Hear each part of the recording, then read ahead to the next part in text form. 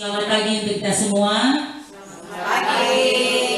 Apa kabar hari ini? Baik, luar biasa.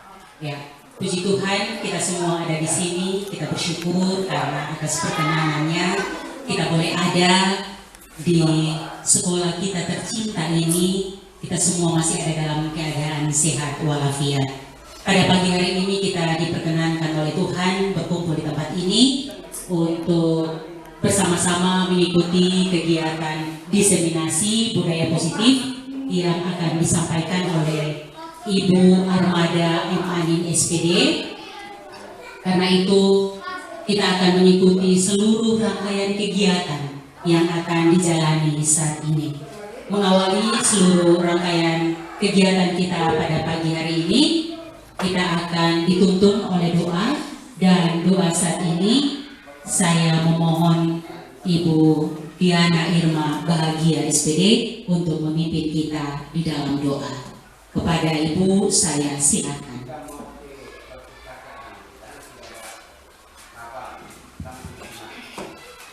Baik, marilah kita menyiapkan hati untuk sama-sama berdoa. Izinkanlah saya untuk berdoa menurut keyakinan saya Katolik. Dalam nama Bapa dan Putra dan Roh Kudus. Amin. Tuhan Allah Tritunggal Maha Kudus, Bapa, Putra dan Roh Kudus. Pada kesempatan ini kami menaikkan syukur dan puji kami atas segala rahmat, atas segala cinta yang telah Engkau anugerahkan bagi kami, sehingga kami Engkau kumpulkan kembali di tempat tugas ini untuk memulai kegiatan kami seperti yang telah Engkau kehendaki. Kami mohon ya Tuhan, kiranya dengan belas kasih dan cinta-Mu, Engkau senantiasa menyertai kami di dalam kegiatan diseminasi budaya positif bersama teman-teman guru semuanya.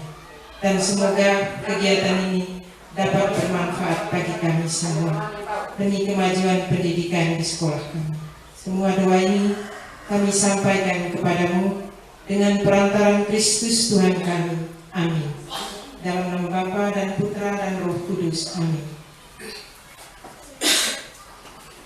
Baik, terima kasih kepada Ibu Irma yang telah membimbing kita dalam doa. Selanjutnya saya jemput kita semua berdiri dan kita sama-sama menyanyikan lagu Indonesia Raya.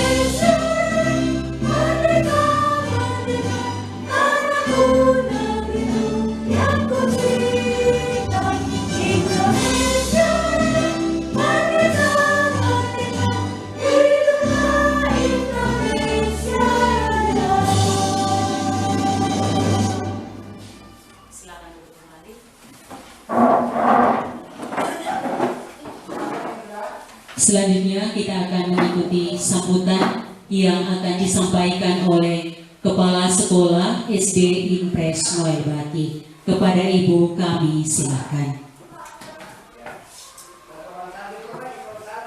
Terima kasih kepada pembawa acara yang sudah memberikan kesempatan kepada saya untuk memberikan sambutan pada pagi hari ini terkait dengan diseminasi budaya positif yang akan dibawakan oleh teman-teman kita di sekolah ini yang juga merupakan calon guru penggerak angkatan yang ke-8.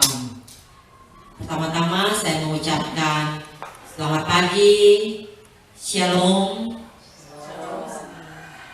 Assalamualaikum warahmatullahi wabarakatuh, Om Swastiastu, Namo Buddhaya, salam kebajikan, salam sejahtera untuk kita semua, salam sehat tentunya. Nah, jadi kita patut bersyukur karena Tuhan memberikan kita kesempatan pada pagi hari ini untuk kita dapat mengikuti diseminasi budaya positif yang dibawakan oleh teman kita Ibu Armada Amin SPD.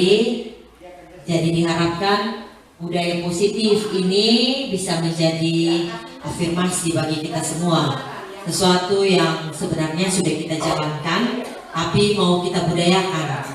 Jadi seperti apa itu budaya positif, kenapa budaya positif itu penting ada di satuan pendidikan, dan bagaimana kita menjalankan budaya positif ini, dan apa dampaknya jika budaya positif ini ada di satuan pendidikan kita. Itu nanti semuanya akan diuraikan oleh Ibu Mada. Jadi diharapkan budaya positif ini bukan hanya sekedar konsep, tapi bisa menjadi aksi nyata. Yang namanya saja budaya berarti sesuatu yang sudah di atas kebiasaan. Kalau kebiasaan itu kan belum berarti membudaya, tapi kalau sudah membudaya berarti sudah dibiasakan dan menjadi ciri yang ada di sekolah kita. Jadi ini sebentar Ibu Mada akan melakukan diseminasi, jadi kita akan tahu apa-apa saja yang ada dalam budaya positif itu. Berapa dari budaya positif itu yang sampai ada segitiga restitusi dan lain-lain, itu mungkin hal yang baru buat teman-teman. Tapi sebenarnya apa yang ada di budaya positif ini sudah dijalankan oleh kita. Hanya kita harus lihat supaya kita bisa membudayakannya. Mudah-mudahan apa yang disampaikan oleh Ibu Mada nanti bisa menjadi sesuatu yang berguna bagi kita semua, dan pastinya harus berdampak berdampak untuk kita di dalam satuan pendidikan kita, terutama untuk peserta didik kita. Mungkin ini saja yang dapat saya sampaikan. Kita tetap semangat untuk mengikuti diseminasi pada hari ini, biar apa yang kita dapatkan hari ini bisa kita implementasikan di kelas-kelas kita masing-masing yang berdampak untuk satuan pendidikan kita. Terima kasih untuk kesempatan hari ini untuk kita semua. Selamat mengikuti diseminasi budaya positif ini. Maka dengan seizin teman-teman semua dan juga dengan rahmat Tuhan, maka kegiatan diseminasi budaya positif pada hari ini saya buka juga secara resmi. Sekian dan terima kasih. Baik, terima kasih kepada Ibu Kepala SD Impres Melbaki yang telah menyampaikan sambutannya. Selanjutnya saya berikan kesempatan kepada Ibu Mada untuk menyampaikan materi tentang budaya positif. Waktu dan kesempatan saya berikan. Baik, terima kasih Ibu Moderator. Yang saya hormati Ibu Novi Adriana Rio MPD selaku Kepala Sekolah SD Impres Melbaki, yang saya cintai dan saya sayangi rekan-rekan semua SD Impres Melbaki. Pada pagi ini kita patut mengucap syukur karena atas pimpinan dan tuntunan Tuhan, sehingga pada pagi ini kita boleh dikumpulkan di tempat ini untuk mengikuti diseminasi budaya positif yang akan dibawakan oleh saya sendiri sebagai calon guru penggerak angkatan 8 Kabupaten Kupang. Terima kasih atas kehadiran rekan-rekan semua di sini untuk mengikuti pemaparan materi yang akan saya sampaikan sebentar. Terima kasih telah meluangkan waktu untuk hadir bersama-sama pada pagi ini. Oke, baik rekan semua, kita langsung saja mulai dengan pemaparan materi, dan saya akan menyampaikan beberapa hal yang akan saya sampaikan pada pagi ini mengenai budaya positif, yaitu yang pertama adalah perubahan paradigma, kemudian disiplin positif, dan nilai kebajikan universal, teori motivasi, hukuman, penghargaan dan restitusi, keyakinan kelas, kebutuhan dasar manusia, dan dunia berkualitas. Yang berikut adalah 5 posisi kontrol. Yang terakhir adalah segitiga restitusi. Baik rekan-rekan semua, ada 7 materi yang akan kita pelajari hari ini, dan dari ke-7 materi ini setelah saya mempelajarinya, saya merefleksikan kembali di saat saya menjadi guru, ternyata banyak kesalahan yang saya buat.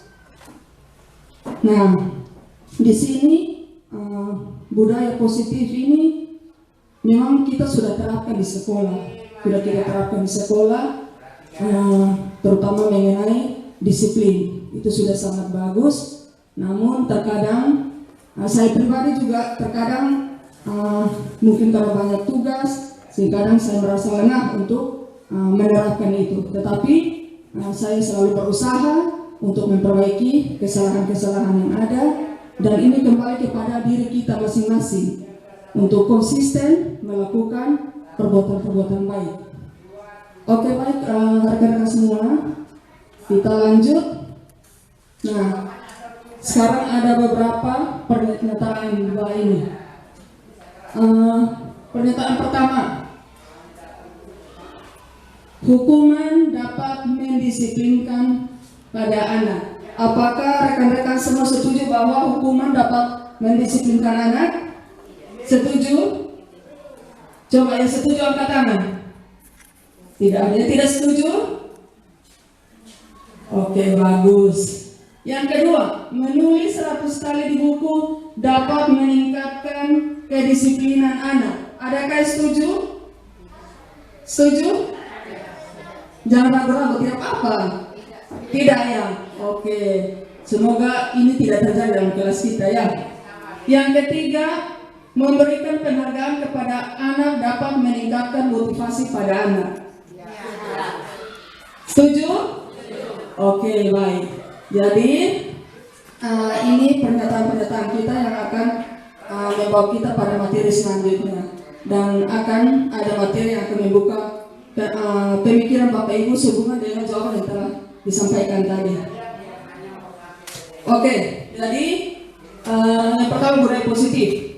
Budaya positif di sini adalah perwujudan dari nilai-nilai atau keyakinan universal yang diterapkan di sekolah dan diawali dengan paradigma tentang teori kontrol. Jadi kalau bicara tentang budaya positif berarti berhubungan dengan nilai-nilai atau keyakinan universal. Kenapa dikatakan keyakinan itu universal? Karena ini bersifat umum, bersifat mendunia, bukan bersifat pribadi, yang diyakini dapat membawa suatu perubahan yang positif.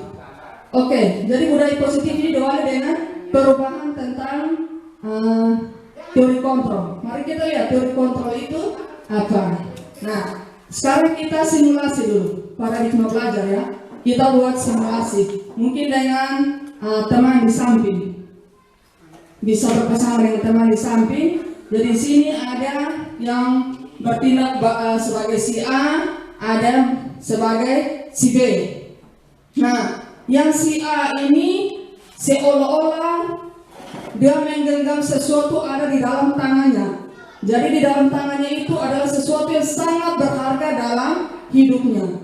Kemudian si B, teman di samping, berusaha untuk membuka tangan si A. Entah dengan cara membujuk, merayu, menghardik, memukul, mencubit. Bagaimana caranya supaya teman di samping itu membuka tangan? Bisa dipahami rekan-rekan? Coba silakan dipraktekkan. Jadi yang satu orang menggenggam tangan, anggap saja di tangan itu adalah sesuatu yang sangat berharga di kehidupannya. Dan teman yang di samping berusaha untuk membuka, entah dengan rayuan, membujuk, membayar, menghardit, memukul, mencubit, bagaimana supaya dia bisa membuka tangan? Silakan. Buka atau ya. Satu bujuk, kita mau menggelitik atau bagaimana terserah. Bisa terbuka atau tidak? Bisa. Siapa yang tidak terbuka? Ayo. Bisa. Tidak terbuka. Oke, sudah? Oke, ada yang tidak terbuka. Bagus. Oke ya, sekarang pertanyaannya nomor 1. Apakah Anda atau B membuka kepalan tangan? Coba yang buka kepalan tangan tadi. Yang terbuka. Yang terbuka. Oke.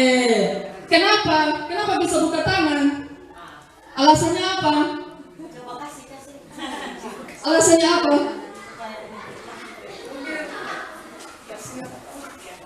Kenapa buka?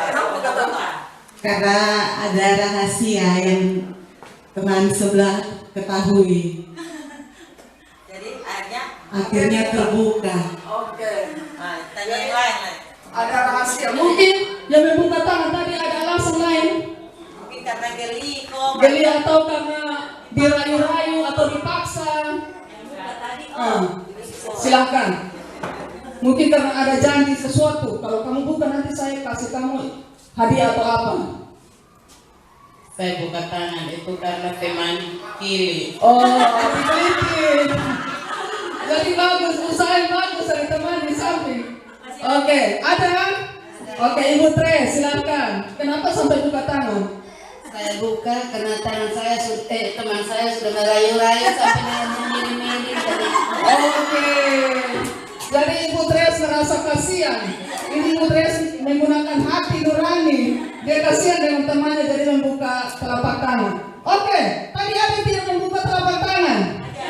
Oke, mungkin punya alasan. Bagus. Yang menjawab yang Yang tidak membuka telapak tangan tadi. Kan Mbak Irma yang genggam tangan. Iya. Kenapa Mbak Irma sampai Kenapa tidak membuka tangan? Baik, terima kasih. Saya tidak membuka tangan. Yang pertama, karena saya tidak ingin apa yang saya miliki, yang sangat pribadi diketahui oleh teman saya. Itu yang pertama. Yang kedua, selain itu saya juga tidak ingin jangan sampai apa yang persoalan yang saya alami diketahui oleh teman saya dan pada akhirnya nanti dia cerita keliling-keliling. Terima kasih. Mantap. Luar biasa. Ini keputusan yang sangat-sangat bijak. Ya, oke, baik. Jadi, masih ada. Oke, silakan Ibu Marta. Baik, terima kasih. Saya tidak mau membuka tangan saya karena saya tidak menginginkan supaya rahasia pribadi saya diketahui orang lain. Hal yang kedua, saya tidak mau membuka tangan saya karena kalau saya membuka tangan saya berarti apa yang saya miliki baik rahasia maupun umum itu diketahui oleh orang lain. Baik, terima kasih, luar biasa. Oke, baik rekan-rekan semua. Dari kegiatan tadi, sesungguhnya siapa yang memegang kendali atau kontrol untuk membuka atau menutup kepalan tangan? Si A atau si B? Si A. Ya. Jadi hanya kita yang dapat mengontrol diri kita. Orang lain tidak bisa mengontrol diri kita. Entah mau dengan bujukan, rayuan, pukulan, apa segala macam tidak bisa. Hanya kita sendiri yang mengontrol diri kita sendiri. Iya, termasuk dengan mengontrol emosi. Oke, baik. Lanjut, perubahan paradigma teori kontrol berhubungan dengan simulasi kita tadi. Di sini ada ilusi yang mengatakan bahwa guru mengontrol murid, ya.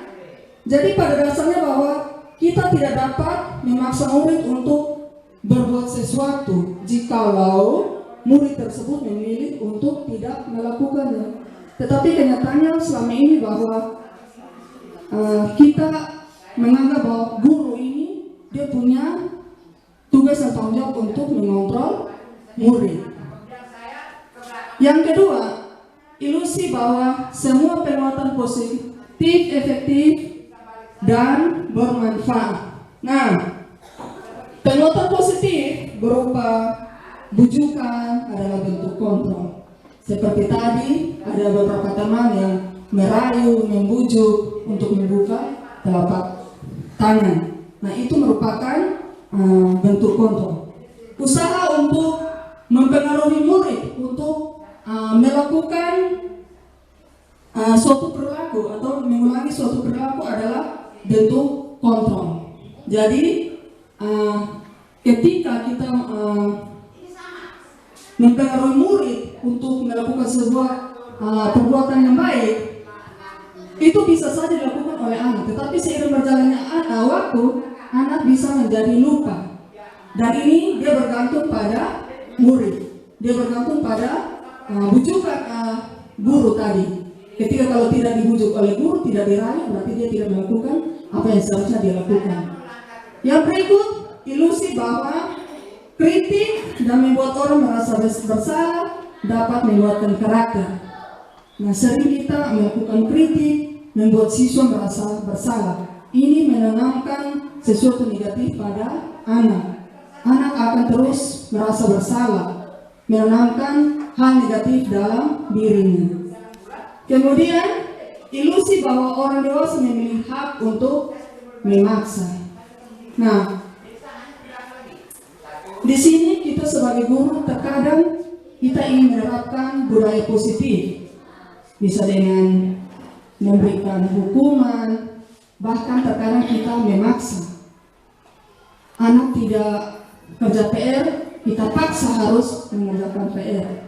Padahal sebenarnya ada kebutuhan yang harus dipenuhi oleh anak tersebut supaya dapat menyelesaikan PR. Nanti kita akan sampai pada materi mengenai kebutuhan anak. Lanjut. Oke. Bagaimana seseorang bisa merubah dari paradigma stimulus respon kepada pendekatan teori kontrol?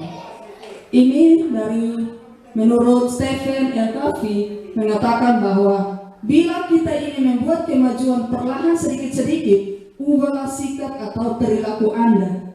Namun bila kita ingin memperbaiki cara-cara utama kita, maka kita perlu mengubah kerangka acuan kita. Ubahlah bagaimana Anda melihat dunia, bagaimana Anda berpikir tentang manusia. Ubahlah paradigma Anda, skema pemahaman dan penjelasan aspek-aspek tertentu tentang realitas. Jadi budaya positif ini kembali kepada diri kita masing-masing. Mulai dari diri kita sendiri, ubah pemahaman kita, ubah kerangka acuan kita, bagaimana kita melihat dunia, bagaimana kita berpikir tentang manusia. Semua dirubah mulai dari diri kita sendiri. Oke, berhubungan dengan stimulus respon dan teori kontrol. Kalau stimulus respon, dia berpikir tentang dunia itu bahwa kita sama. Sedangkan teori kontrol itu mengatakan bahwa kita berbeda. Yang berikut, semua orang melihat hal yang sama. Sedangkan teori kontrol, setiap orang memiliki gambaran berbeda. Yang berikut, kita mencoba mengubah orang agar berpandangan sama dengan kita. Sedangkan teori kontrol mengatakan bahwa kita berusaha memahami pandangan orang lain tentang dunia.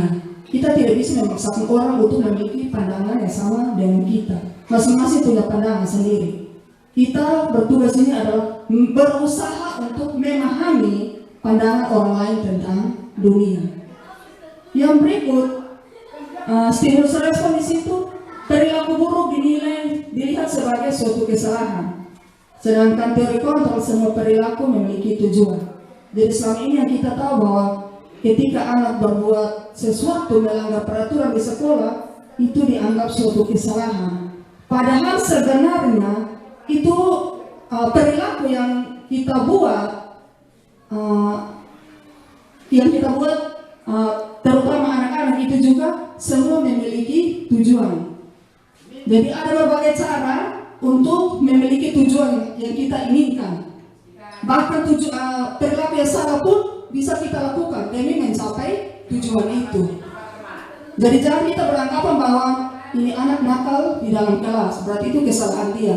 Atau ini anak datang terlambat ke sekolah, itu kesalahan dia. Tetapi kita berusaha untuk memahami tujuan dia itu apa. Tujuan dia melakukan itu untuk apa. Nanti sebentar ada ulasan berikut mengenai kebutuhan dasar manusia.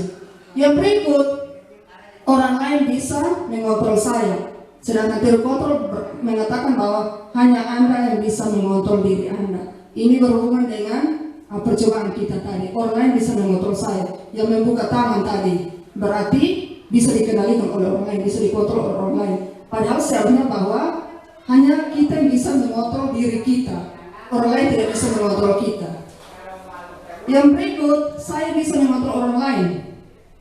Teori kontrol, Anda tidak bisa mengontrol orang lain, masih berhubungan dengan tadi. Yang berikut, pemaksaan ada pada saat bujukan gagal. Kemudian kolaborasi, ini berhubungan teori kontrol, kolaborasi dan konsensus menciptakan pilihan-pilihan baru. Jadi karena kita memaksakan anak ini, paksa dengan cara apapun supaya anak ikut kita punya kemauan. Nah, di sini teori kontrol mengatakan bahwa kolaborasi dan konsensus menciptakan pilihan-pilihan baru.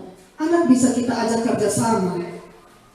Kita ajak kerjasama untuk memahami kesalahan-kesalahannya, kemudian dia sadar dan melakukan kontrol diri atas dirinya sendiri. Yang berikut ada mode berpikir menang dan kalah. Sedangkan teori kontrol bahwa model berpikir menang-menang. Kalau di teori kontrol ada menang kalah. Sedangkan di stimulus respon ada menang kalah. Sedangkan di teori kontrol ada berpikir menang-menang. Sama, yang tidak ada menang, tidak ada kalah. Oke, baik rekan-rekan semua, kita masuk dalam disiplin. Jadi kalau berbicara dengan disiplin, berarti berhubungan dengan tata tertib, berhubungan dengan teratur, berhubungan dengan patuh terhadap aturan, bahkan berhubungan dengan hukuman. Ya. Nah, mari kita lihat sesungguhnya apa itu disiplin. Ya. Jadi menurut filosofi Leontara bahwa untuk mencapai kemerdekaan atau dalam konteks pendidikan kita saat ini, untuk menciptakan murid yang merdeka, syarat utamanya adalah harus ada disiplin yang kuat. Disiplin yang dimaksud adalah disiplin diri yang memiliki motivasi internal. Jadi disiplin di sini tidak ada berhubungan lagi dengan aturan, hukuman, dan tertib, tetapi berhubungan dari disiplin diri yang timbul dari dalam diri, bukan dari luar. Nah, pemikiran Yadza Leontara ini juga sepaham dengan Diane. Dia mengatakan bahwa disiplin diri ini adalah mempelajari bagaimana cara kita mengontrol diri dan bagaimana menguasai diri untuk memilih tindakan yang mengacu pada nilai-nilai yang kita hargai. Jadi tidak dikontrol lagi oleh orang lain, tetapi hanya kita sendiri mengontrol diri kita, bagaimana kita menguasai diri kita untuk memilih tindakan sesuai dengan nilai-nilai yang kita hargai. Kesimpulannya bahwa disiplin ini adalah sebagai bentuk kontrol diri. Disiplin adalah sebagai bentuk kontrol diri, yaitu belajar untuk kontrol diri agar dapat mencapai suatu tujuan mulia. Nah, tujuan mulia ini mengacu pada nilai-nilai atau prinsip mulia yang dianut seseorang. Kita memakan nilai-nilai tersebut sebagai nilai-nilai kebajikan yang universal. Seperti saya katakan bahwa kenapa dikatakan nilai kebajikan universal? Nilai kebajikan universal adalah sifat-sifat positif manusia yang merupakan tujuan mulia yang ingin dicapai setiap individu. Nilai kebajikan pertama yaitu peduli, kedua rajin, tiga integritas, empat rasa hormat. Jadi budaya positif itu kita jalankan sesuai dengan nilai yang kita yakini yang ada di depan ini. Kita tanamkan empat nilai ini dalam diri kita. Nah, kalau di organisasi pendidikan dikenal Pancasila. Ada nilai-nilai kebajikan yang diyakini yang dapat membawa suatu perubahan positif bagi siswa, yaitu beriman, bertakwa kepada Tuhan Yang Maha Esa dan berakhlak mulia, berkebinekaan global, gotong royong, mandiri, bernalar kritis dan kreatif. Tujuan disiplin positif. Nah, tentu kita menanamkan disiplin positif ini memiliki tujuan. Tujuannya untuk apa? Menanamkan motivasi pada murid-murid kita, yaitu untuk menjadi orang-orang yang mereka inginkan dan menghargai diri sendiri dengan nilai-nilai yang mereka percaya. Jadi tujuannya menanamkan motivasi pada diri anak, supaya mereka bisa menghargai diri mereka dengan nilai-nilai yang mereka percaya. Oke, lanjut mengenai teori motivasi hukuman dan penghargaan. Nah, terkadang kita melakukan sesuatu itu ada sesuatu yang mendasari. Kenapa kita sampai melakukan itu? Ada beberapa motivasi yang mendasari. Yang pertama di sini adalah menghindari ketidaknyamanan atau hukuman. Mari kita merefleksikan, apakah kita datang sekolah tepat waktu itu untuk menghindari ketidaknyamanan atau hukuman. Begitupun dengan anak. Anak datang pagi ke sekolah, datang tepat waktu itu, apakah karena motivasi untuk menghindari ketidaknyamanan, biar tidak dicap buruk oleh guru atau teman-teman lain sehingga dia datang tepat waktu, ataukah dia menghindari hukuman? Mungkin dia merasa bahwa kalau saya tidak datang pagi, apa yang akan terjadi pada saya? Dan orang-orang ini selalu bertanya, yang memiliki motivasi ini akan bertanya, apa yang terjadi bila saya melakukannya?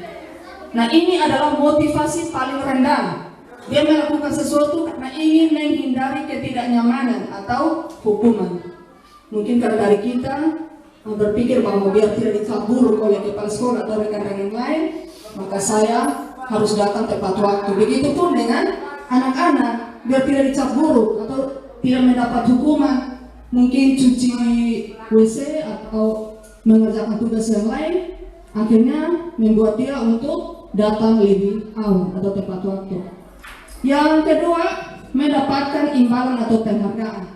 Nah, terkadang pada motivasi kedua ini, orang-orang akan berpikir bahwa apa yang akan saya dapatkan ketika saya melakukan sesuatu. Nah, terkadang kita berpikir bahwa apa yang saya dapatkan? Saya dapat apa ya apabila saya melakukan ini? Nah, berhubungan dengan disiplin. Ketika saya datang pagi misalnya, saya datang tepat waktu, berarti mengharapkan ada penghargaan, entah berupa pujian, penghargaan berupa sertifikat. Begitupun sama dengan anak-anak. Misalkan di dalam kelas ketika kita menjalankan tugas sebagai seorang guru, mungkin karena kita menjanjikan kepada anak-anak, kalau ada yang kerja tepat waktu, ibu guru kasih permen, atau ada yang kerja dapat nilai 100, ibu guru kasih coklat. Nah, ini yang memotivasi anak untuk melakukan sesuatu. Ini motivasi dari luar, dari ibu gurunya, bukan dari dalam diri. Ini pun sama dengan motivasi yang pertama, dia agak atas sedikit.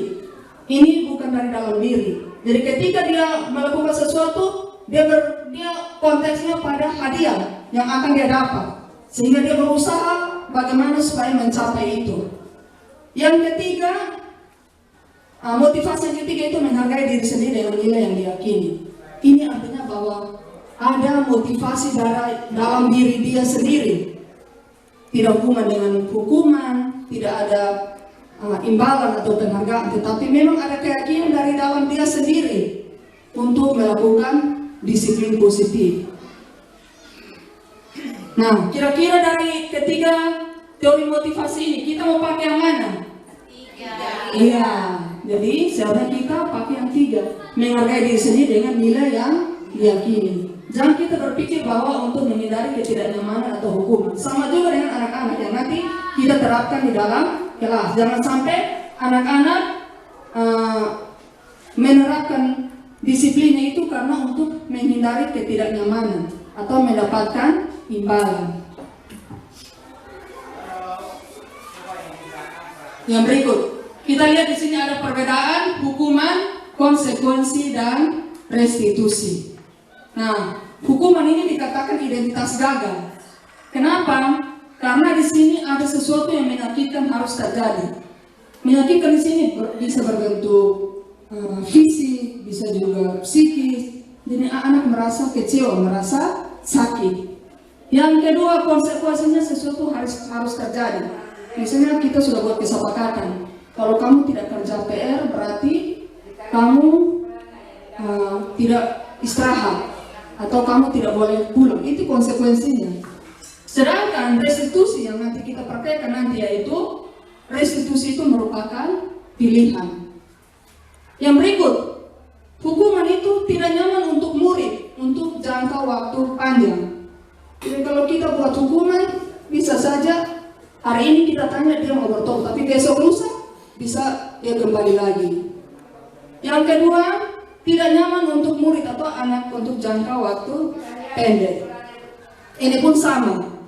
Jadi ketika dia melakukannya dia berpikir bahwa ada konsekuensi kalau saya tidak melakukannya. Tetapi seiring berjalannya waktu dia bisa lupa dan kembali melakukan hal yang sama.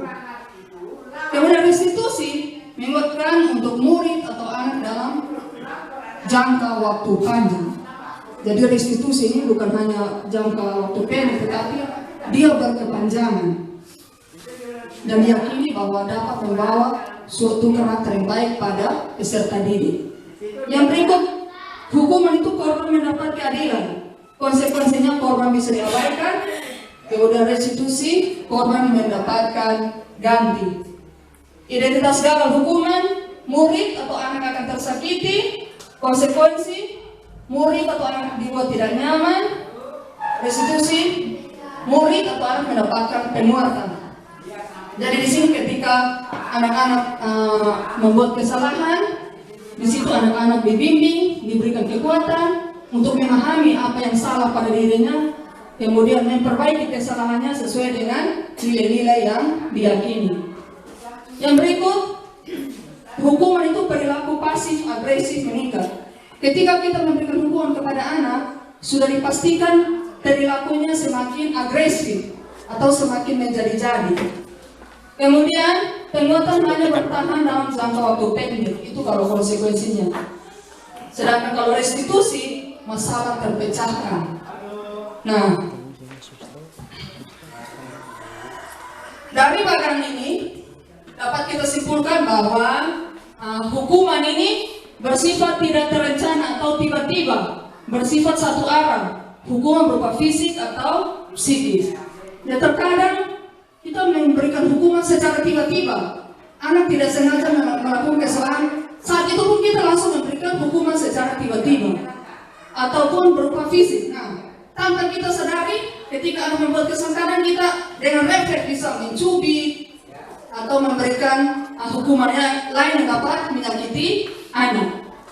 Yang berikut, kedua, konsekuensi sudah terencana, sepakati, sudah dibahas dan disetujui oleh guru dan murid. Umumnya dibuat oleh pihak guru atau sekolah. Murid dibuat tidak nyaman dan bersifat jangka pendek. Konsekuensi bisa diberikan berdasarkan suatu data yang umumnya dapat diukur. Nah, konsekuensi ini biasanya sudah ada perjanjian dengan guru dengan murid. Kalau kamu tidak melakukan, berarti konsekuensinya kamu harus seperti ini. Nah, ini pun membuat anak tidak nyaman, membuat dia tidak nyaman. Kemudian restitusi adalah proses menciptakan kondisi bagi murid untuk memperbaiki kesalahan mereka sehingga mereka bisa kembali pada kelompok mereka dengan karakter yang lebih kuat. Kira-kira dari 3 pernyataan ini kita pilih yang mana? Yang ketiga, restitusi ya. Ya, jadi restitusi ini adalah nanti serta ada materi mengenai restitusi. Jadi proses menciptakan kondisi bagi murid untuk memperbaiki kesalahan. Jadi bukan guru lagi yang mengontrol dia, tapi guru membantu anak untuk memahami kesalahannya, kemudian memperbaiki kesalahannya sesuai dengan nilai-nilai yang diyakini. Dari 1 sampai ke Nah, mari kita lihat hukuman atau konsekuensi. Mencatat 100 kali dalam buku kalimat. Saya tidak akan terlambat lagi karena terlambat ke sekolah. Ini hukuman atau konsekuensi? Kira-kira ini hukuman atau konsekuensi? Ya, hukuman atau konsekuensi? Mencatat 100 kali ini sebelumnya sudah ada perjanjian belum atau dengan guru dan murid? Hukuman atau konsekuensi? Konsekuensi. 2. Lari mengelilingi lapangan basket 2 kali karena terlambat hari di sekolah. Hukuman atau konsekuensi? Hukuman. Ya. Membersihkan coretan dibuatnya di meja tulis. Hukuman atau konsekuensi? Konsekuensi. Ya. Karena dia sudah coret, berarti konsekuensinya dia harus membersihkan. Kemudian menggantikan kertas tugas teman yang telah dicoret-coret. Konsekuensi, ya. Jadi kalau konsekuensi itu berhubungan dengan kegiatan yang dibuat. Kalau hukuman itu tidak ada hubungan. Yang kelima, berjemur di lapangan basket pukul 12 siang karena ngobrol dengan teman. Hukuman. Kemudian, murid diminta bertelanjang kaki sepanjang hari karena tidak menggunakan sepatu warna hitam sesuai peraturan sekolah. Murid diminta bertelanjang kaki sepanjang hari karena tidak menggunakan sepatu warna hitam sesuai peraturan sekolah. Ini apa? Hukuman. Yang berikut, berdiri di depan kelas sambil mengangkat kaki 1 karena tidak bisa menjawab pertanyaan. Ini apa? Hukuman. ini bisa kita sini. 2. Dan ini 2 ya. Ini 2. Oke. Mari kita lihat. Dihukum oleh penghargaan. Jadi ketika kita melakukan tugas kita sebagai guru dalam kelas, kita selalu memberikan penghargaan kepada anak-anak kita, entah itu berupa stiker, bahkan mungkin ada yang menggunakan uang, permen, atau berbagai macam. Kita lihat konsekuensinya. Yang pertama, pengaruh jangka pendek dan jangka panjang. Jadi kalau kita memberikan penghargaan kepada anak itu, efeknya tidak baik untuk jangka pendek dan jangka panjang. Anak akan bergantung pada apa yang kita berikan. Dia akan berpikir bahwa ketika saya melakukan ini berarti saya akan mendapat penghargaan. Yang berikut, penghargaan itu tidak efektif. Kemudian yang berikut, bahwa penghargaan merusak hubungan. Ketika si A dapat menyelesaikan tugasnya dengan baik, kemudian dikasih penghargaan sama ibu guru, teman yang di sebelah pasti merasa iri. Dia merasa bahwa kok dia dapat, saya tidak dapat. Pasti ada muncul iri hati dalam dirinya. Sehingga dikatakan bahwa penghargaan yang kita berikan itu merusak hubungan. Dan itu tidak boleh dijalankan dalam kelas. Kemudian penghargaan mengurangi ketepatan. Apa yang kita berikan itu tidak tepat. Karena itu adalah kita menemukan motivasi dari luar, bukan dari dalam diri anak. Yang berikut, penghargaan menurunkan kualitas. Kemudian penghargaan mematikan kreativitas. Ini masalah kaitan. Jadi ketika anak dikasih tugas, dia di sini fokusnya pada hadiah atau penghargaan yang dia dapat. Dia tidak bisa berpikir kreatif lagi, tetapi dia berusaha bagaimana cara dia dapat sesuatu yang baik supaya bisa dapat hadiah. Yang berikut, penghargaan menghukum, dan yang kedelapan adalah motivasi dari dalam diri. Nah, ini yang paling penting, rekan-rekan semua, yang perlu kita tanamkan pada anak-anak, bahwa penghargaan, pemberian motivasi pada anak-anak itu perlu kita terapkan dari dalam diri mereka. Bukan kita sebagai guru yang memberikan motivasi, terapkan dari dalam diri mereka. Bukan kita sebagai guru yang memberikan motivasi, tetapi bagaimana kita menerapkan kepada mereka untuk mereka dapat berperilaku sesuai dengan nilai-nilai mereka yakini. Oke, yang berikut ada peraturan kelas dan keyakinan kelas. Rekan-rekan semua, peraturan kelas dan keyakinan kelas sama atau tidak? Selama kita buat apa? Kira-kira sama tidak peraturan kelas dengan keyakinan kelas? Sama tidak? Tidak sama. Ya. Kalau peraturan kelas selama ini yang dibuat itu siapa? Guru. Kalau peraturan itu berarti dibuat oleh guru atau dibuat oleh suatu lembaga. Mari kita lihat. Nah, ada beberapa pertanyaan pemantik. Mengapa kita memiliki peraturan tentang penggunaan helm pada saat mengendarai kendaraan roda 2 atau motor? Kenapa? Kenapa kita harus pakai helm? Alasan apa? Ya, keselamatan diri. Yang kedua, mengapa kita memiliki peraturan tentang penggunaan masker dan mencuci tangan setiap saat? Supaya apa? Tentang apa? Iya, tentang kebersihan, kesehatan, keselamatan. Nah, apabila kita menanamkan nilai keselamatan dan nilai kesehatan tadi, itu berarti kita yakini bahwa kita mau melakukan sesuatu itu bukan karena aturan dari luar, tetapi karena timbul keyakinan dari diri kita untuk selamat, untuk sehat. Berbeda dengan kalau kita berpatokan pada peraturan. Oh, saya pakai helm karena takut polisi tilang nanti. Tetapi di sini ada keyakinan dari diri kita untuk menjaga keselamatan dan juga kesehatan kita.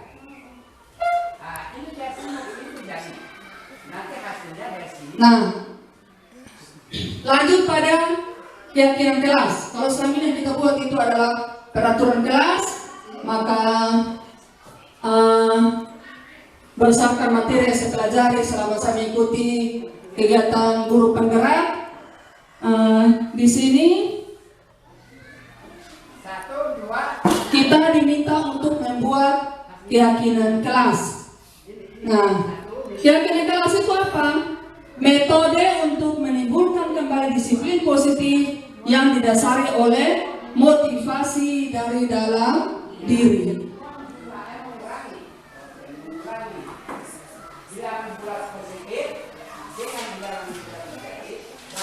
Oke, keyakinan kelas. Kita lihat yang pertama, keyakinan kelas yang kita buat itu berupa pernyataan-pernyataan universal.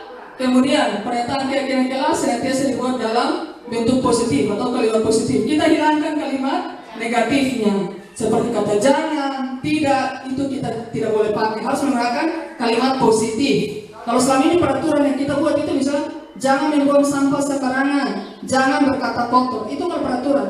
Tetapi kita buat suatu keyakinan dengan kalimat positif. Yang berikut terbentuk dari kesepakatan guru dan siswa. Kalau selama ini kita buat peraturan, guru buat peraturan, tempel, anak-anak harus ikut. Sedangkan keyakinan kelas ini dibuat atas dasar kesepakatan guru dan siswa. Yang keempat, mudah diingat, dipahami, dan dapat diterapkan di sekolah atau di kelas. Jadi buat keyakinan kelas tidak usah banyak-banyak. Yang bisa dipahami oleh anak murid dan dapat diterapkan. Kalau bikin keyakinan kelas banyak-banyak, nanti bisa sulit juga untuk diterapkan oleh anak-anak siswa. Oke, ini prosedurnya. Prosedur pembentukan keyakinan kelas. Yang pertama, dalam membuat keyakinan kelas, mungkin rekan-rekan semua belum membuat keyakinan kelas. Diharapkan setelah dari kegiatan ini bisa bersama dengan anak-anak di dalam kelas untuk membuat keyakinan kelas. Yang pertama itu mempersilahkan semua murid di kelas untuk bercurah pendapat. Jadi kasih kesempatan kepada murid-murid, kita buat kesepakatan dulu apa yang harus kita buat dalam kelas untuk menemukan sikap disiplin positif ini. Jadi anak-anak dikasih waktu untuk mencurahkan pendapat mereka, kemudian dituliskan di sebuah kertas. Yang berikut, mencatat semua masukan-masukan pada murid di papan tulis atau di kertas besar atau kertas plano. Jadi anak-anak sudah catat pendapat mereka, kemudian dikumpulkan dan ditempelkan. Kemudian kita tinjau kembali daftar curah pendapat yang sudah dicatat. Setelah mereka tempel, kita tinjau kembali. Kemudian tinjau ini maksudnya kita lihat di situ ada mungkin masih menggunakan kalimat negatif. Kemudian kita rubah menjadi kalimat positif. Setelah itu akan terbentuk dari situ, dari kesepakatan itu akan terbentuk suatu keyakinan. Kita pilih. Mungkin dari berbagai macam pendapat kita bentuk suatu keyakinan akan mengerucut menjadi beberapa keyakinan saja. Yang berikut, setelah itu tinjau ulang keyakinan kelas secara bersama-sama. Kita perlu tinjau ulang lagi. Kemudian setelah tinjau ulang, kita persilakan anak-anak untuk membuat tanda tangan. Jadi kalau sudah ditinjau, sudah sepakat, berarti anak-anak diminta untuk mendatangkannya sebagai bentuk perjanjian untuk mereka menjalankannya di dalam kelas. Kemudian keyakinan kelas itu dibuat, diletakkan atau ditempel pada dinding kelas yang mudah dilihat semua warga kelas. Nah, rekan-rekan semua, ini ada salah satu contoh video keyakinan kelas yang sudah saya buat bersama anak murid saya di kelas 6. Ya, jadi pertama-tama kita menjelaskan kepada anak-anak apa itu keyakinan kelas, sehingga mereka memiliki pemahaman tentang keyakinan kelas yang kita buat nanti.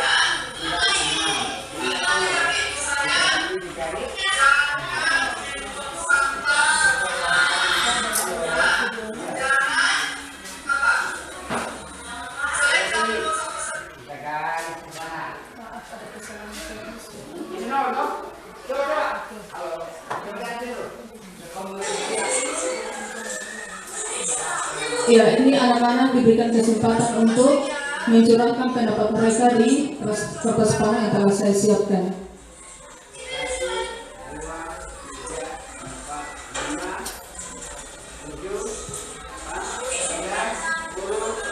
Jadi setelah menyampaikan makna dan tujuan berbagai kegiatan kelas, anak-anak diberikan kesempatan untuk menuliskan curah pendapat mereka. Kemudian menempelkan di kertas karton yang telah disiapkan.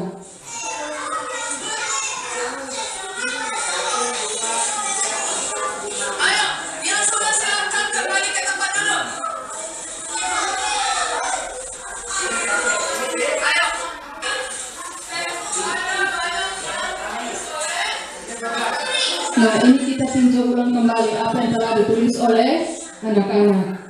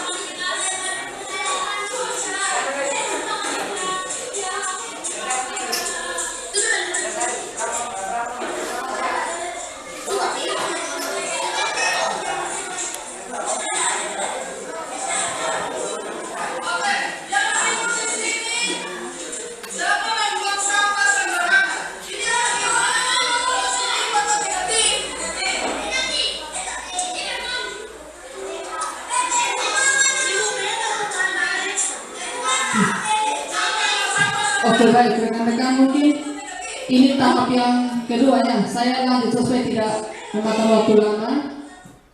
Iya, yang berikut ini tahap penandatanganan keyakinan kelas. Jadi setelah dibuat keyakinan, ditempel di kertas yang telah disediakan, kemudian semua warga kelas menandatanganinya.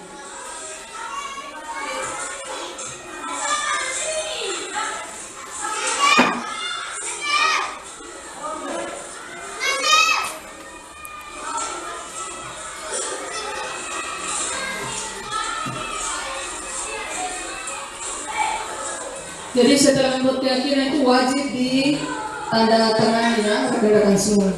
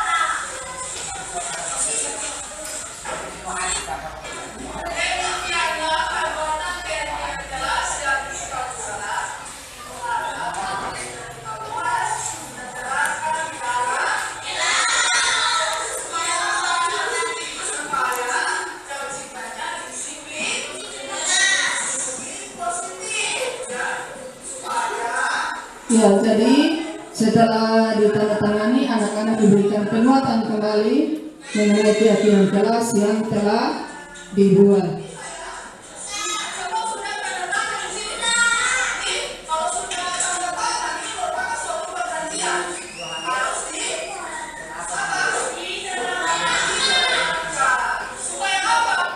Oke, baik. Jadi itu adalah video keyakinan kelas yang telah saya buat di kelas saya. Kita lanjut rekan-rekan semua. Oke, kita pindah ke materi berikut yaitu 5 kebutuhan dasar manusia. Tapi sebelumnya saya mengajak rekan-rekan semua bangun dulu. Kita ice breaking dulu biar tambah semangat untuk melatih konsentrasi. Oke, baik. Jadi dengan teman di samping, yang satunya tangan seperti ini, yang satunya dari bawah seperti ini. Ya, dengan teman di samping, ya, posisi seperti ini. Oke, ya. Jadi ketika saya hitung sampai ada kata dor, berarti teman yang tangannya di atas dia berusaha untuk meraih jari temannya. Bisa ya? Ya. Oke. Siap? Siap. Ini berguna dari kontrol tadi, dari konsentrasi. Baru satu Ibu Kaci, belum. Sampai dia baru yang satu berusaha untuk tangkap. Yang berarti di atasnya berusaha untuk tangkap yang jari ini. Oke, paham ya? Oke. 1, 2, 3, belum. Sampai kata dor dulu, sampai dor dulu. Ini sudah pasang kuda-kuda memang ini. Sampai dor. Oke, ulang ya. 1, 2, 3, 3,5, dor. Dapat. Ada dapat? Ini berarti kontrol dirinya belum bisa, ini masih dikontrol orang lain ini. Oke, terima kasih. Silakan duduk ibu-ibu semua. Baik, kita lanjut mengenai 5 kebutuhan dasar manusia. Yang pertama adalah bertahan hidup. Ya, kalau kita kebutuhan manusia berhubungan dengan bertahan hidup, ini berarti berhubungan dengan makan minum, tempat tinggal, pakaian. Begitupun dengan anak-anak. anak-anak juga. Yang kedua, kasih sayang dan rasa diterima. Seperti orang dewasa, anak-anak pun ingin supaya disayang dan merasa diterima di dalam kelas itu atau di sekolah itu. Yang ketiga, anak-anak juga butuh kebebasan dalam belajar. Ya, yang berikut, anak-anak juga butuh kesenangan. Jadi di sini sebagai seorang guru, tugas kita adalah bagaimana kita merancang suatu pembelajaran itu yang menyenangkan bagi anak-anak. Terkadang kita lihat anak dalam kelas mengantuk atau ribut atau buat kesalahan, kita sering memarahi anak tersebut. Padahal sesungguhnya anak-anak itu kebutuhannya belum terpenuhi.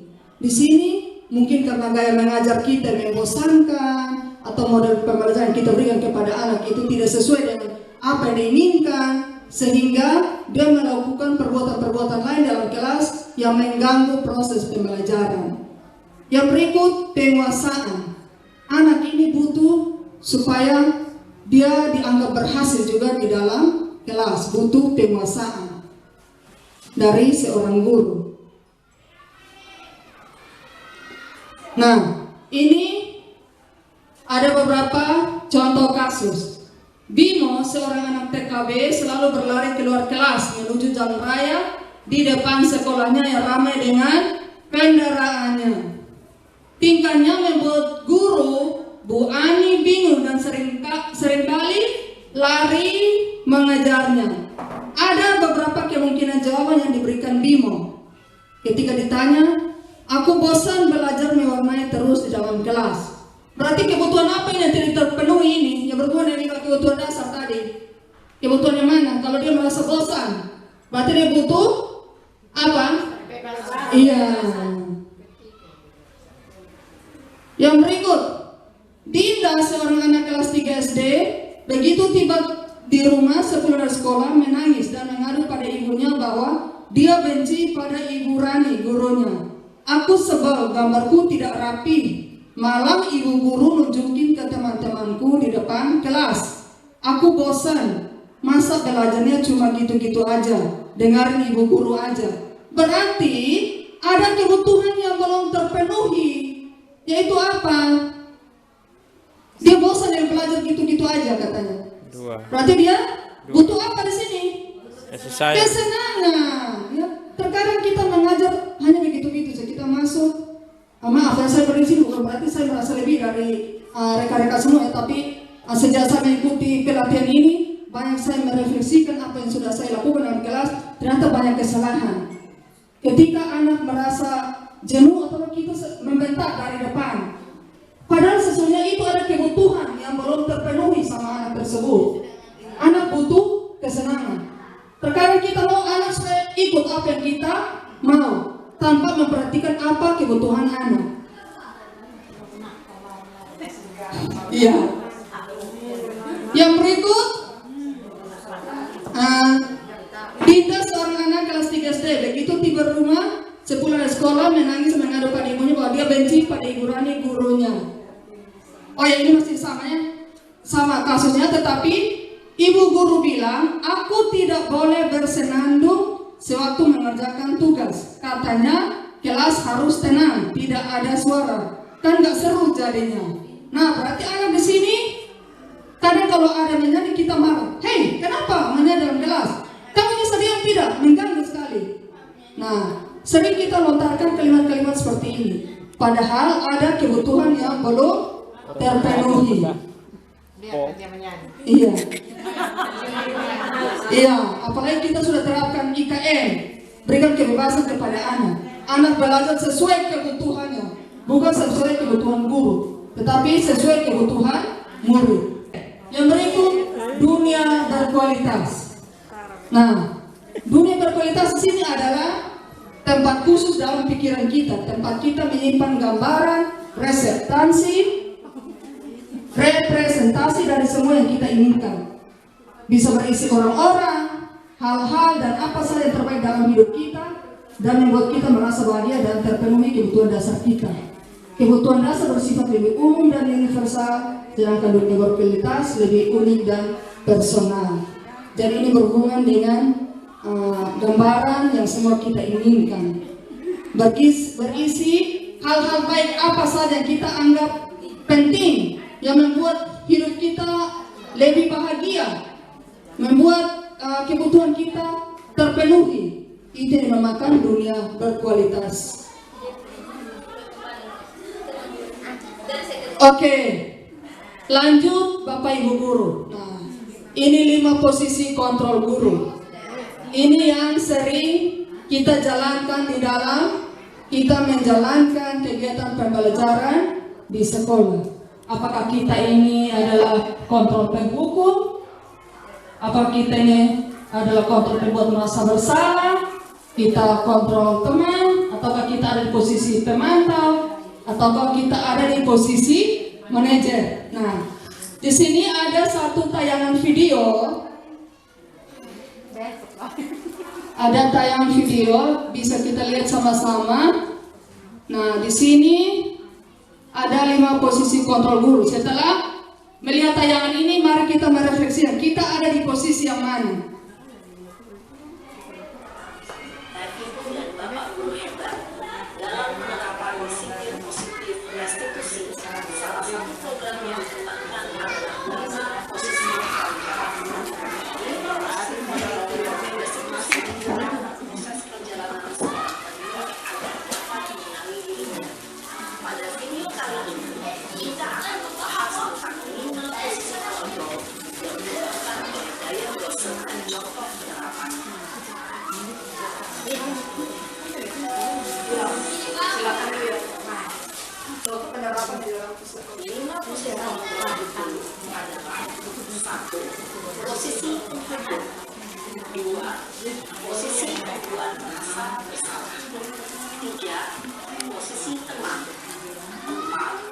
Posisi pemantau atau monitor, dan 5 posisi manajer.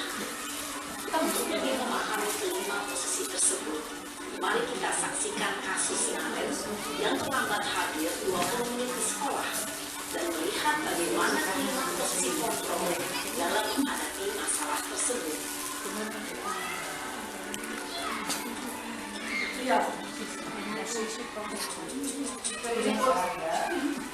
Tes, ini posisi penghukum. Apakah kita sering melakukannya di kelas kita? Sini kamu. Selalu terlambat. Kamu deh, pasti terlambat. Apa? Apa coba? Alasan kamu apa lagi? Kapan sih kamu tidak terlambat? Malas sekali ya kamu jadi anak. Dasar pemalas. Sudah berapa kali terlambat? Sana, kamu keliling lapangan basket 2 kali. Kenapa saya harus ke lapangan basket, Bu? Kenapa? Kamu melawan ibu. Berani-beraninya jawab. Sudah terlambat, masih berani jawab pula. Sekarang, keliling lapangan basket 5 posisinya. Pergi sana ke lapangan basket.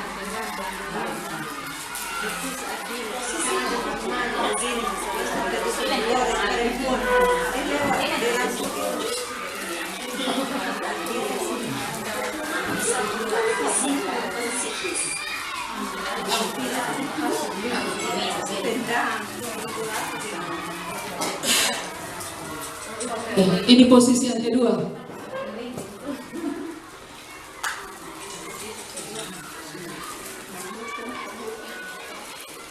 Naren!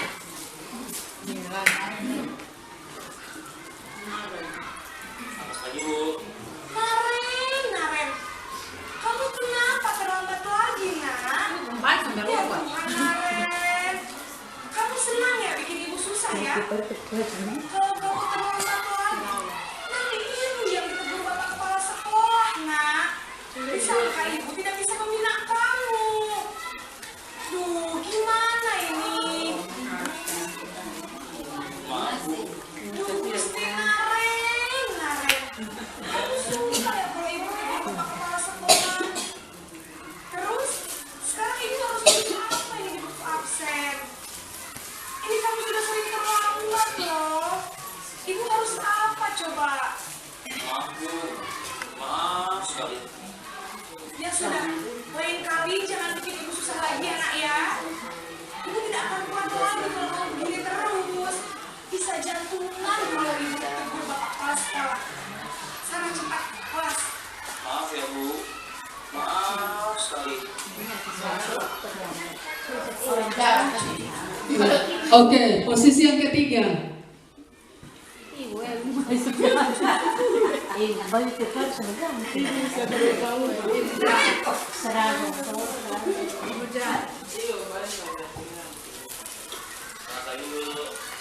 Wah, sudah jam berapa ini nak?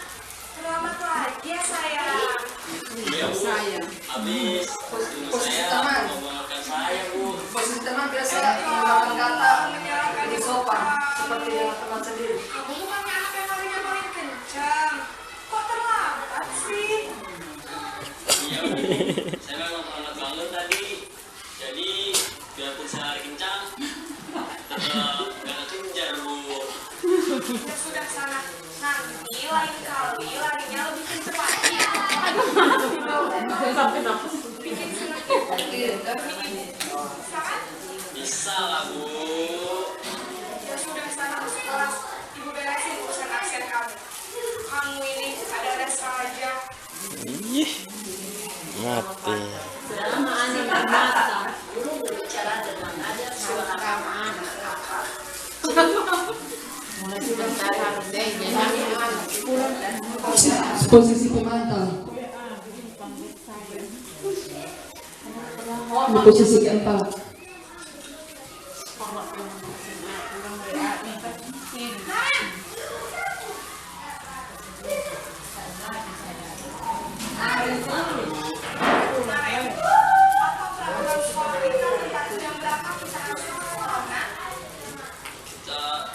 Kita harus di sekolah jam 7 Bu. Iya betul. Sekarang sudah jam 7. Kalian sudah tahu konsekuensinya jika terlambat hadir. Paham Bu, saya harus tinggal kelas pas jam istirahat selama 20 menit. Iya benar. Konsekuensinya demikian.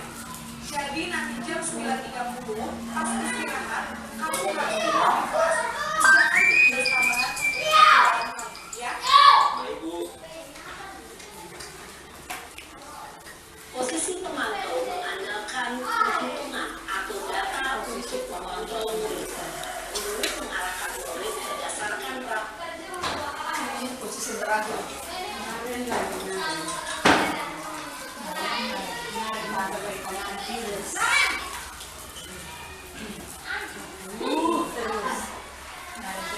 Baik Bu. Selamat pagi Naren. Maaf Bu, saya terlambat. Iya, sekolah masuknya jam 7. Sekarang sudah jam 7.20. Jadi sekarang bagaimana ini Naren? Maaf Bu, saya lupa setelah alarm saya semalam. Baiklah, menurut kamu, keyakinan sekolah yang mana ya? Menghargai diri sendiri. Orang lain mungkin Bu.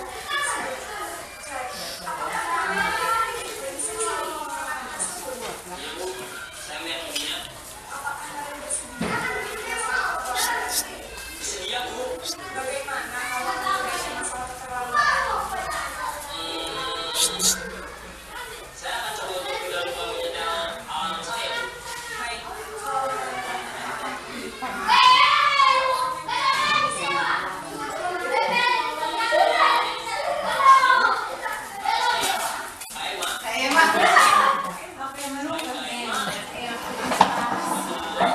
Ini pasti Kak Emma Lukas.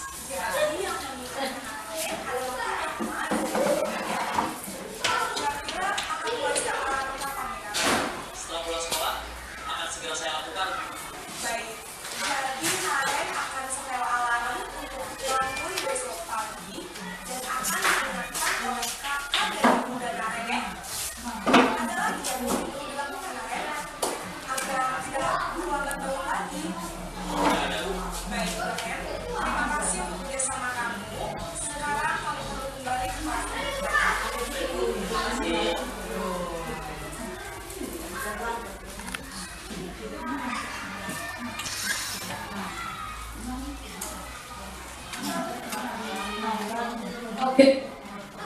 Oke, baik. Berhubungan dengan 5 posisi kontrol guru, kita sudah nonton video tadi. Sekarang mari kita berefleksi. Selama ini kita ada di posisi yang mana? Posisi penghukum. Posisi penghukum ini, hukum itu biasa bersifat satu arah, hanya dibuat oleh guru tanpa siswa menyadari akan kesalahan yang dia buat. Nah, penghukum ini biasa menggunakan kata-kata kasar, bisa dengan pukulan, cubitan, membentak, atau dengan mata melotot. Itu posisi penghukum. Nah, mari kita merefleksikan dengan 5 posisi kontrol guru ini. Yang kedua adalah membuat merasa bersalah. Terkadang ketika anak membuat kesalahan, kita merasa bahwa anak ini sudah membuat kita menjadi salah di depan pemimpin misalnya. Seperti kalimat-kalimat yang diucapkan ibu guru tadi, bahwa apakah kamu tidak kasihan dengan ibu guru? Mungkin tidak, kita sering mengucapkan dalam kelas, kamu ini tidak kasihan dengan ibu guru. Lama-lama ibu stroke dalam kelas, atau lama-lama ibu guru kejang-kejang dalam kelas. Nah, ini membuat merasa bersalah. Seolah-olah siswa punya tindakan itu membuat beban bagi guru. Padahal sebenarnya ada kebutuhan yang belum dipenuhi anak tersebut. Yang berikut posisi teman. Nah, posisi teman tadi sudah bagus, bisa menggunakan kata-kata lebih lembut, tetapi ini pun tidak dapat menyebabkan motivasi pada anak, karena anak menganggap bahwa guru ini temannya. Ini pun motivasi masih dari luar, tidak dari dalam dirinya. Kemudian posisi pemantau. Nah, biasa posisi pemantau ini dia lebih formal. Dia memberikan, kalau membuat sesuatu berarti ada konsekuensi. Di sini tidak ada neko-neko. Apa yang kamu buat, konsekuensinya ini. Kamu tidak kerja PR, berarti kamu tidak boleh pulang. Setelah ini kamu kerja PR, ada konsekuensi. Kamu kamu datang sekolah terlambat, berarti kamu pilih sampah dulu di luar. Konsekuensinya itu. Yang berikut posisi manajer. Nah, posisi manajer ini biasa kita sebagai guru ini membantu anak untuk memahami kesalahannya, kemudian membantu anak untuk menyelesaikan masalahnya sendiri. Jadi ketika anak sadar bahwa apa yang dia lakukan salah, dia telah melanggar keyakinan yang telah disepakati, maka anak tersebut mencari solusi untuk kesalahan yang telah dia buat. Nah, ini contoh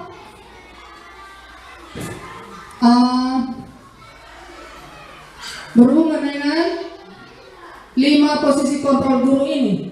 Kira-kira kita ambil posisi yang mana? Dari posisi ini, yang paling ideal ini yang mana? Setelah menonton video tadi, posisi manajer, ya. Jadi kita harus hilangkan ini posisi penghukum, itu tidak berlaku lagi. Posisi penghukum, pembuat merasa bersalah, teman, pemantau. Jadi kita di sini memposisikan diri kita sebagai manajer. Bagaimana kita membantu siswa untuk memahami kesalahannya, kemudian siswa tersebut mencari solusi untuk menyelesaikan permasalahan yang telah dia buat. Nah, posisi manajer ini bisa kita gunakan dengan pendekatan segitiga restitusi.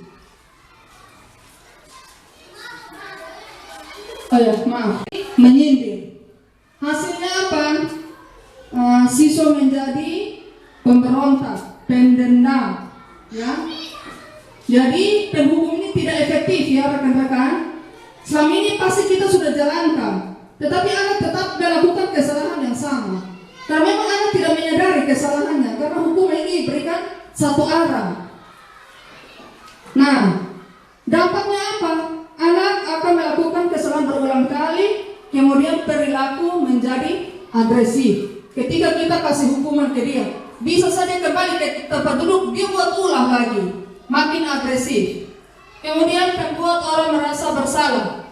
Di sini guru berceramah menunjukkan kekecewaan. Seorang kecewa sekali dengan anak punya perilaku. Hasilnya anak akan menyangkal atau berbohong. Karena dia takut buat ibu gurunya kecewa, akhirnya dia berbohong. Yang berikut dampaknya, anak akan merasa rendah diri dan merasa gagal dan tidak berharga. Posisi teman, ini membuat alasan untuk muridnya. Hasilnya siswa akan ketergantungan. Jadi ini pun motivasi tidak ada dari dalam dirinya. Dia bergantung pada gurunya. Dampaknya anak tidak bisa mandiri, tidak bisa membuat keputusan. Karena itu tadi sifat ketergantungan tadi. Yang berikut pemantau. Pemantau di sini adalah menghitung dan mengukur hasilnya. Ibu guru lihat kamu sudah berapa kali tidak kerja PR. Oh, ibu guru lihat sudah berapa kali kamu datang terlambat. Kamu tahu kan konsekuensinya apa kalau kamu melakukan itu.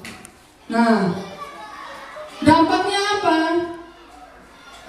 Menitik beratkan dampak pada diri sendiri, mendapatkan hukuman. Jadi apa yang dia buat berarti ada konsekuensinya berupa hukuman.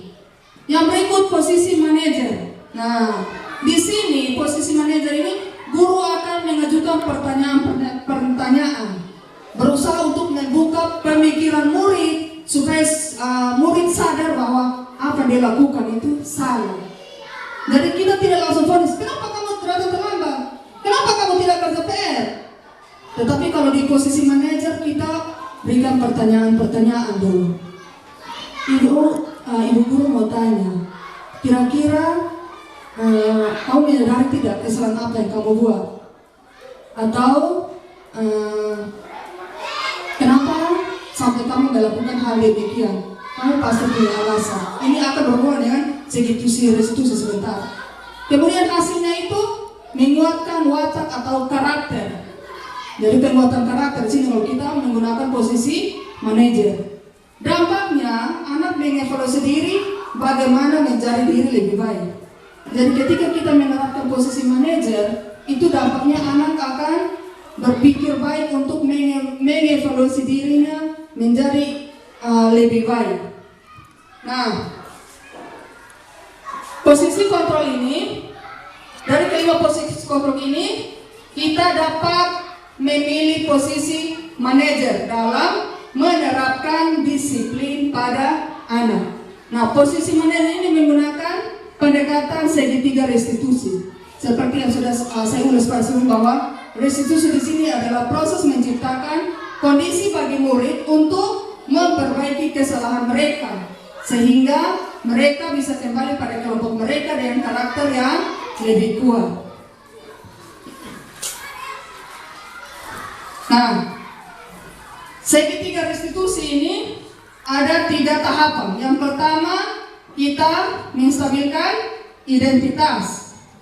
Menstabilkan identitas, kita mengajukan pertanyaan-pertanyaan. Kemudian yang kedua, memfasilitasi tindakan yang salah. Kemudian yang ketiga adalah menanyakan keyakinan. Ini ada contoh video mengenai praktek segitiga restitusi yang sudah saya buat. Ini seperti contoh, ada anak yang melakukan kesalahan tidak ikut kerja bakti. Nah, ini contoh cara menyelesaikannya menggunakan posisi manajer dengan pendekatan segitiga restitusi. Yang pertama,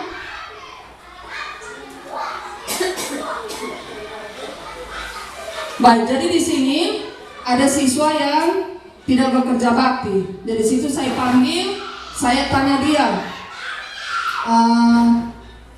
Di situ saya menanyakan bahwa apakah betul tadi kamu tidak ikut kerja bakti.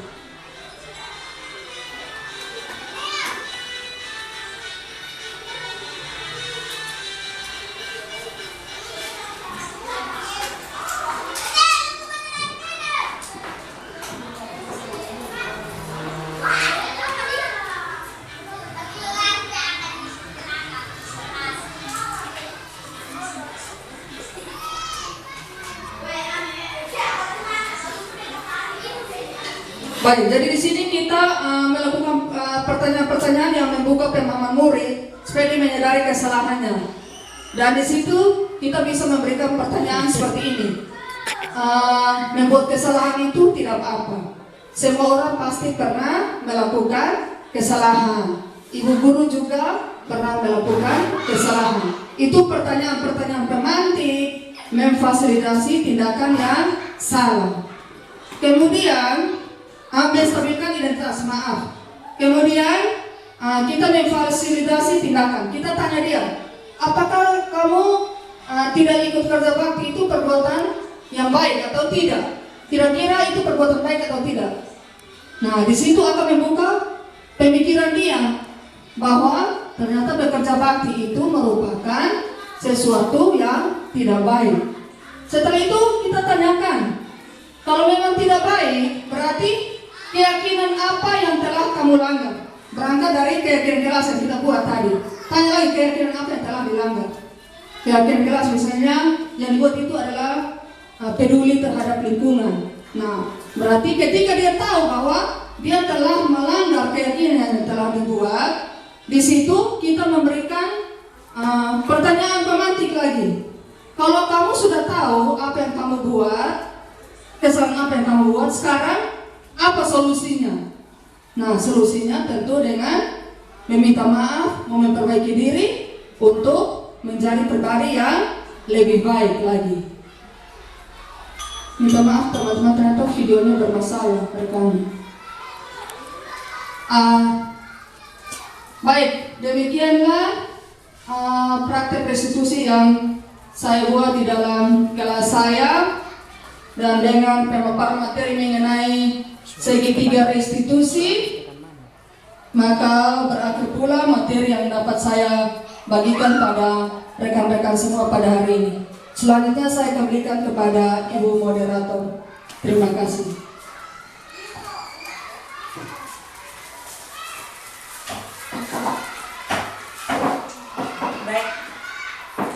Baik. Cek, iya. Dia harus pakai cek dulu. Baik, terima kasih untuk Ibu Mada yang telah memaparkan materi tentang diseminasi budaya positif. Bagaimana kita mengikuti seluruh proses ini. Jadi hal-hal yang negatif yang menurut kami mungkin itu kita bisa dapat di sini untuk mempraktekkan sesuatu yang positif. Baik, dari pemaparan materi ini mungkin ada hal-hal yang mau ditanyakan atau mungkin tadi masih ada hal-hal yang masih mengganjal di hati Bapak Mama terkait dengan materi disiplin positif tadi, budaya positif. Mungkin kami berikan kesempatan kepada Bapak Ibu semua yang mau bertanya. Kami berikan kesempatan, mungkin waktunya 5-10 menit saja.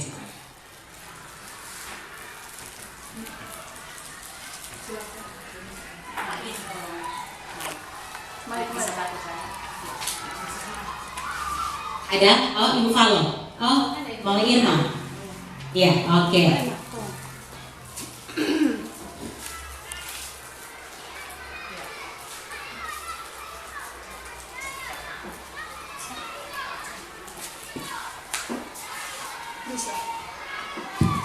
Ya, baik, terima kasih atas penjelasan yang Ibu sudah paparkan bagi kami.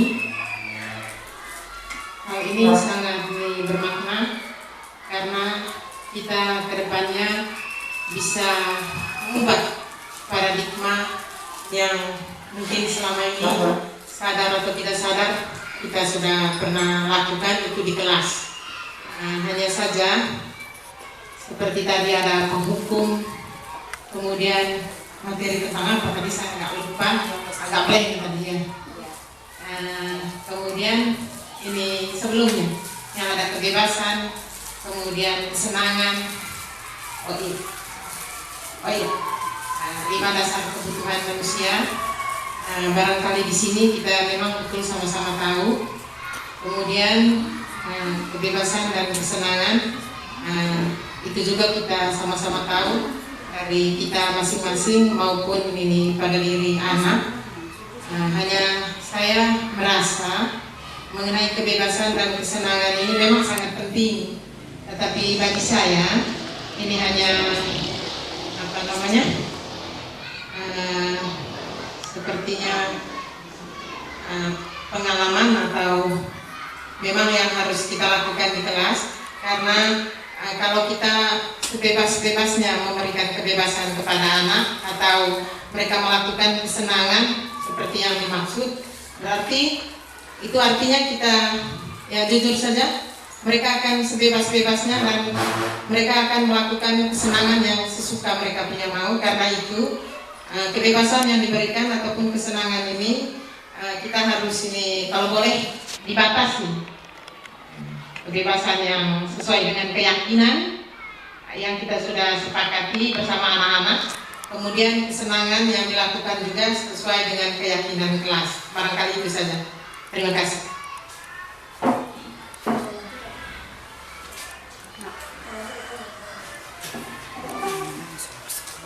Oh ya, baik, masih ada. Mungkin nanti pertanyaan semua baru Bu Mada jawab satu-satu. Ya, baik, silakan Ibu Falo. Baik, terima kasih untuk waktu kesempatan yang diberikan. Saya sangat mengapresiasi atas apa yang sudah Ibu Mada sampaikan kepada kami di sini. Seperti yang Ibu Irma katakan bahwa mungkin kami sudah berjalan, proses pembelajaran sudah berjalan, namun mungkin kami lupa akan kebudayaan positif pada anak. Baik, terima kasih untuk respon baik dari teman-teman. Yang pertama dari Ibu Irma mengenai 5 kebutuhan dasar manusia, yaitu tentang kebebasan. Bahwa kalau anak-anak diberikan kebebasan, maka di sini dampaknya tidak baik. Baik, rekan-rekan semua, berdasarkan pengalaman yang saya dapatkan di pendidikan guru penggerak ini, baik kebebasan di sini berhubungan dengan nanti ada salah satu materi tentang pembelajaran berdiferensiasi, dan ini akan kami sosialisasikan pada saat kita melakukan KKG nanti. Karena ini kebebasan di sini ada tanda kutipnya. Kebebasan di sini maksudnya bahwa kita memberikan pembelajaran pada anak itu, sebenarnya itu kita akan mengidentifikasi kebutuhan anak sesuai dengan bakat minat mereka. Bebas di sini saya kasih contoh, misalnya di sini mungkin kita mau memberikan materi tentang ekosistem misalnya, ekosistem. Nah di sini anak-anak dia bebas menentukan pilihan. Mungkin ada yang dia minatnya dengan pembelajaran dengan lingkungan sekitar. Berarti anak-anak kita langsung arahkan mereka untuk langsung ke lingkungan sekitar. Situ mereka dikasih tugas untuk mencatat hal-hal yang berkaitan dengan tugas yang diberikan. Atau mungkin ada yang dia sukanya nonton video, audio visual. Di situ kita buat sebuah tayangan, kemudian anak-anak diminta untuk menyelesaikan tugas sesuai dengan instruksi yang diberikan.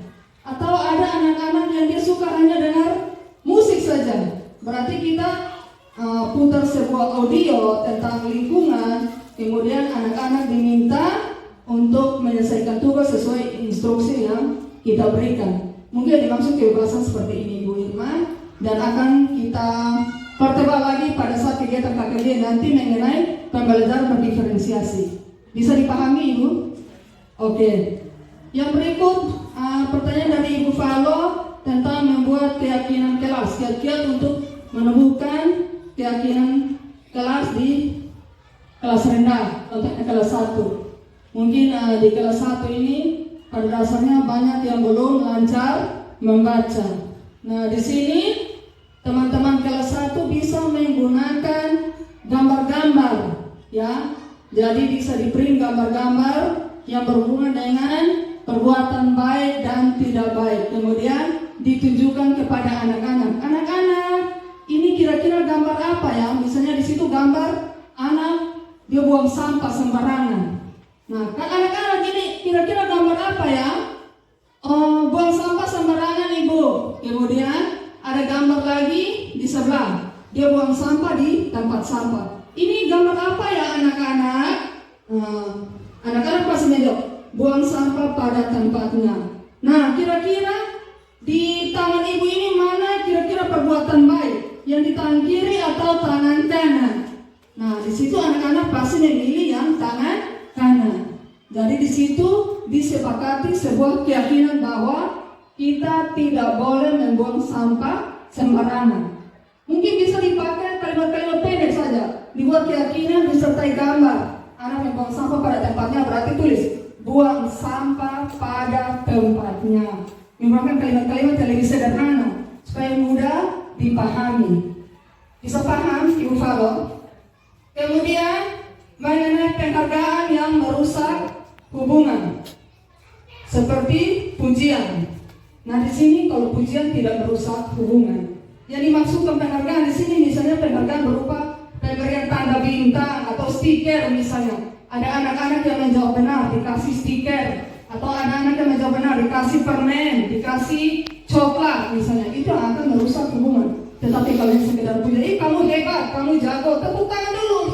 Itu tidak merusak hubungan. Penghargaan sini biasanya berupa pemberian-pemberian benda seperti itu. Baik, demikian penjelasan saya. Semoga bisa dapat dipahami. Mungkin ada lagi? Tidak ada?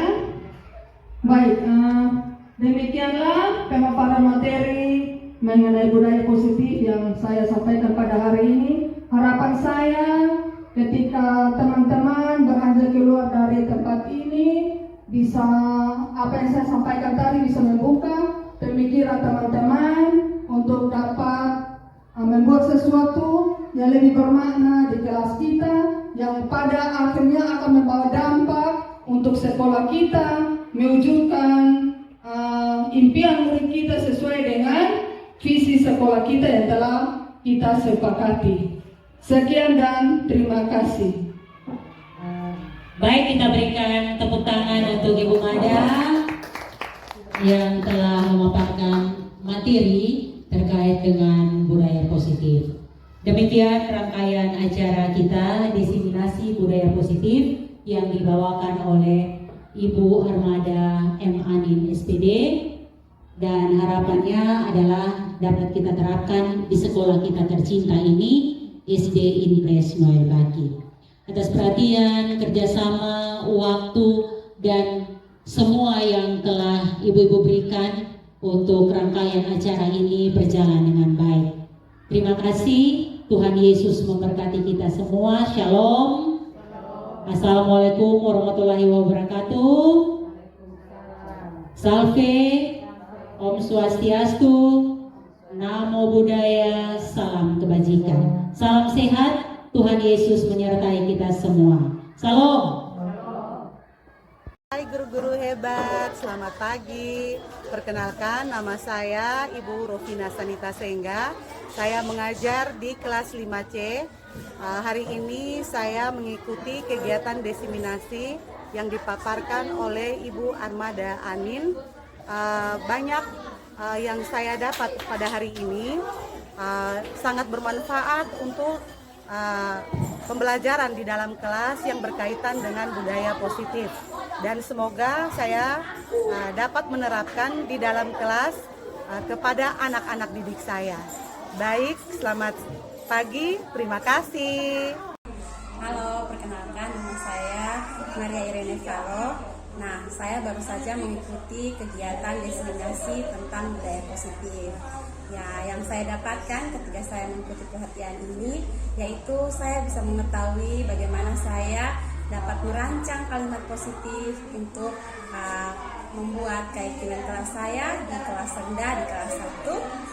Untuk itu saya sangat berterima kasih kepada teman Ibu Armada Anin yang telah membawakan materi diseminasi positif yang dalamnya terdapat kalimat keyakinan kelas yang dapat saya lakukan dengan anak-anak didik saya. Terima kasih banyak, salam dan bahagia.